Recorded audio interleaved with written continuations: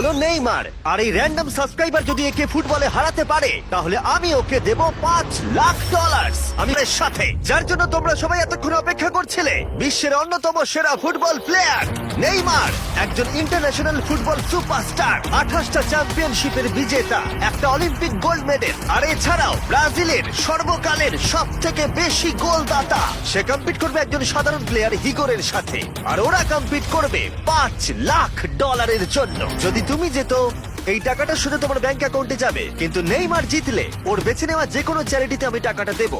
বুঝে গেছো? হ্যাঁ বুঝেছি। আমায় ক্ষমা করো, তুমি হেরে যাবে। আরে নেইমার বলছে তুমি হেরে যাবে, তোমার কি এটাই মনে হয়? না, একদমই না। ঠিক আছে, নেইমার এটা থেকে ভয় পাবে না। ওয়াও ওয়াও, ঠিক আছে। প্রতিবারের মতোই এই গেমের নিয়ম খুবই সহজ। আমরা শুরু করব একটা পেনাল্টি শুট আউট দিয়ে। দুজনে স্কোর করলে আমরা 15 পা করে পিছিয়ে যাব। ততক্ষণ আমরা এটা করে যাব যতক্ষণ না একজন স্কোর করে আর একজন মিস করে দেয়। কে প্রথমে শুরু করবে? চলো।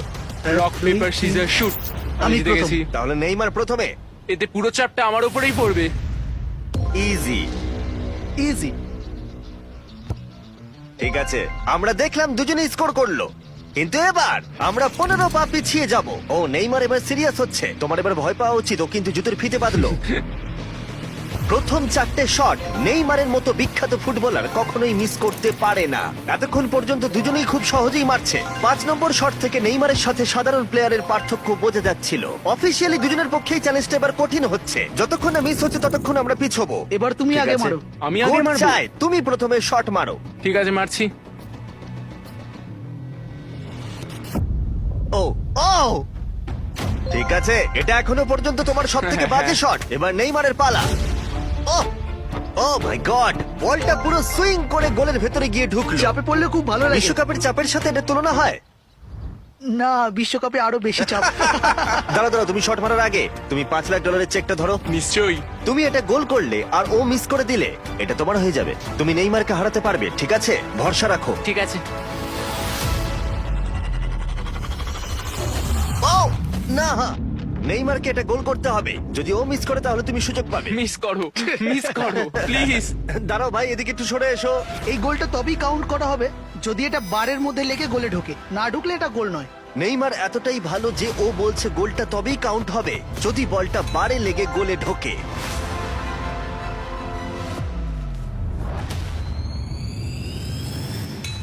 ও ভাই, আর মিস করো না, আরে সত্যি মিস বলছি, করো তুমি না ভাই, পারবে। চলো।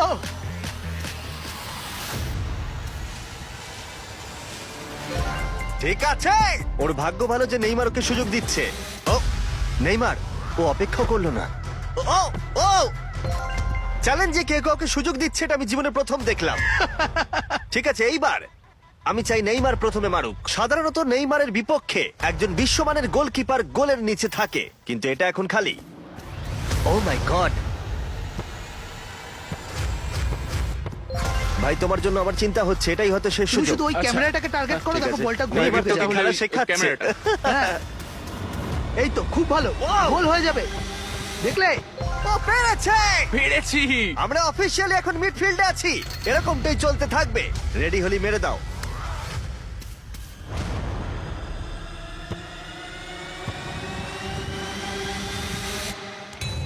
ও মাই গড! ওইটা গোল নয় নাকি গোল? দাঁড়াও একবার কি দেখি, চলো।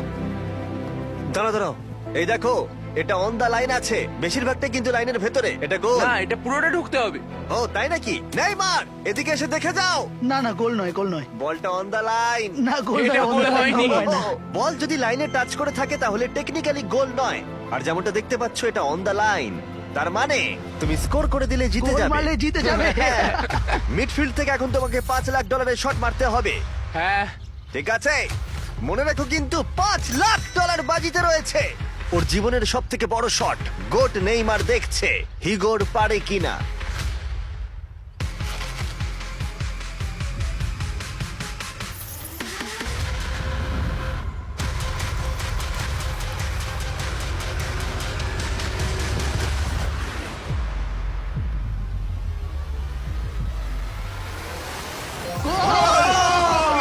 ও পেরেছে! খুব ভালো! আমি পেরেছি। ওহ, আরে ডলফিন কোত্থেকে এলো? আমি তো এই না তোমার $5,00,000 Yes! তুমি জিতে আমি গেছো, খুব পেরেছি! ভালো।